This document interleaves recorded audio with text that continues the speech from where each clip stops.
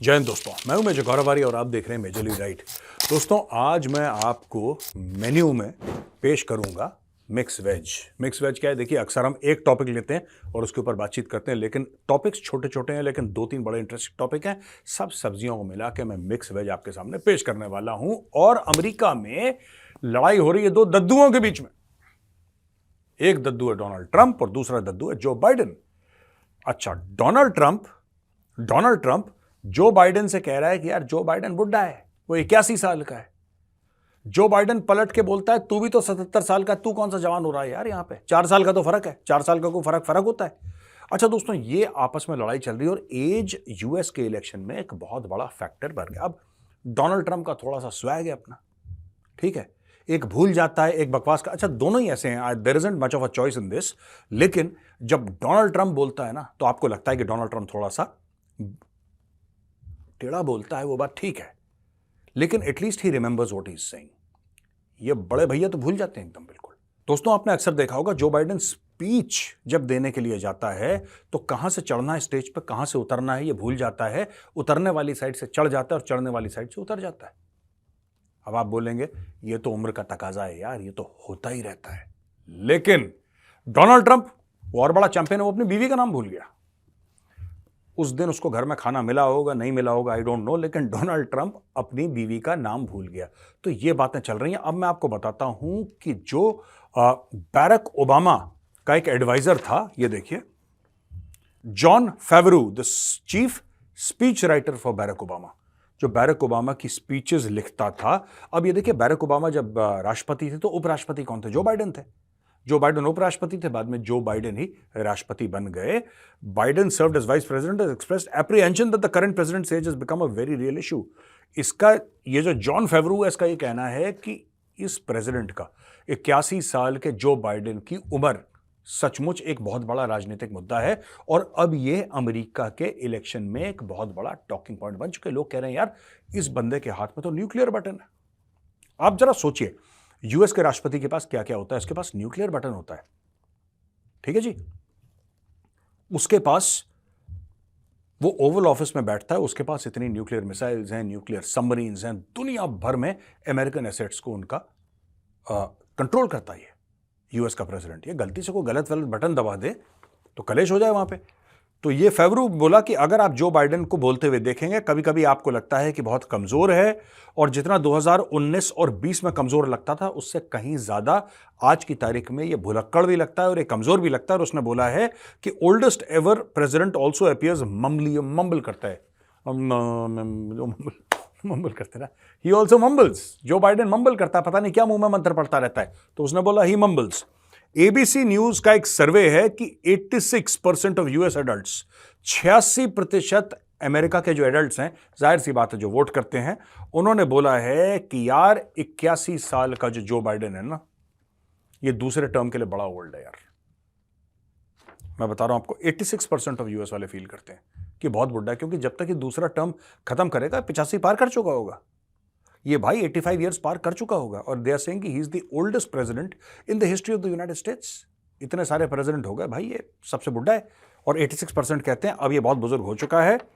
और special council Robert हर, इसने बोला है wilfully retained and disclosed classified materials. अच्छा, यूएस प्रेसिडेंट के पास दोस्तों बड़ी बड़ी सीक्रेट चीजें आती हैं यार। सर ये बड़ी खुफिया जानकारी आई है, सर ये चाइना से आया है, राइट सर, रूस से आया है, सर आपको पता है इंडिया एक नई मिसाइल की टेस्टिंग। ये भाई बांटता फिरता है रेवड़ी की तरह, इसको पता ही नहीं कि क्या बोलना है क्या नहीं बोलना है।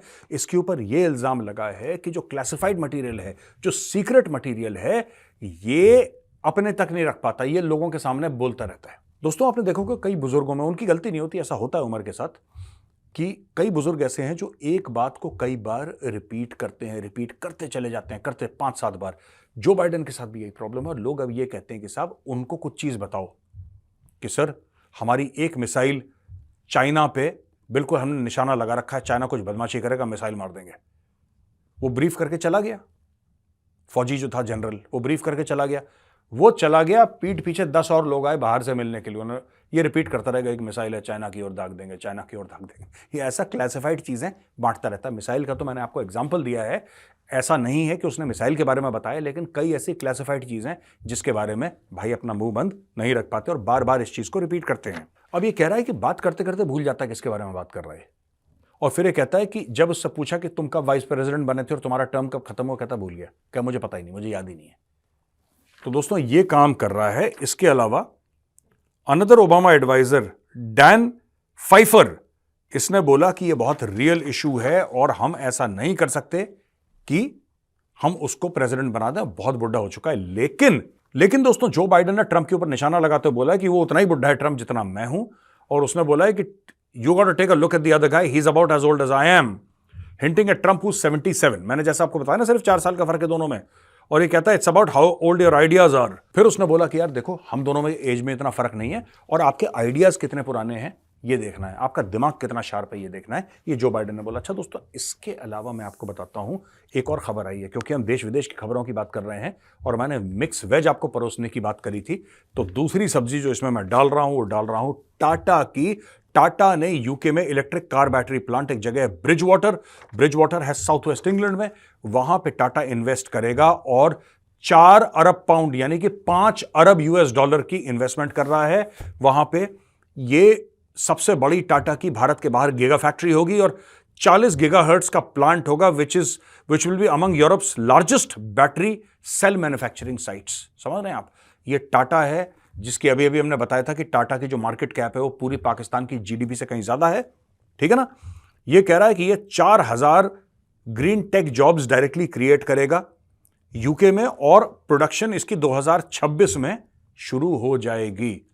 टाटा की बैटरी जो टाटा बनाएगा, ऑलरेडी टाटा वो टेक्नोलॉजी, वो बैटरीज अपनी जैगुआर, लैंड रोवर और टाटा मोटर्स में इस्तेमाल कर रहा है, और बहुत ज्यादा मदद होगी इसकी कि ब्रिटेन का जो शिफ्ट है फॉसिल फ्यूल से इलेक्ट्रिकल व्हीकल्स का जो शिफ्ट है, इसमें बहुत बड़ा एक किरदार अदा करेगा टाटा ऑटोमोबाइल्स।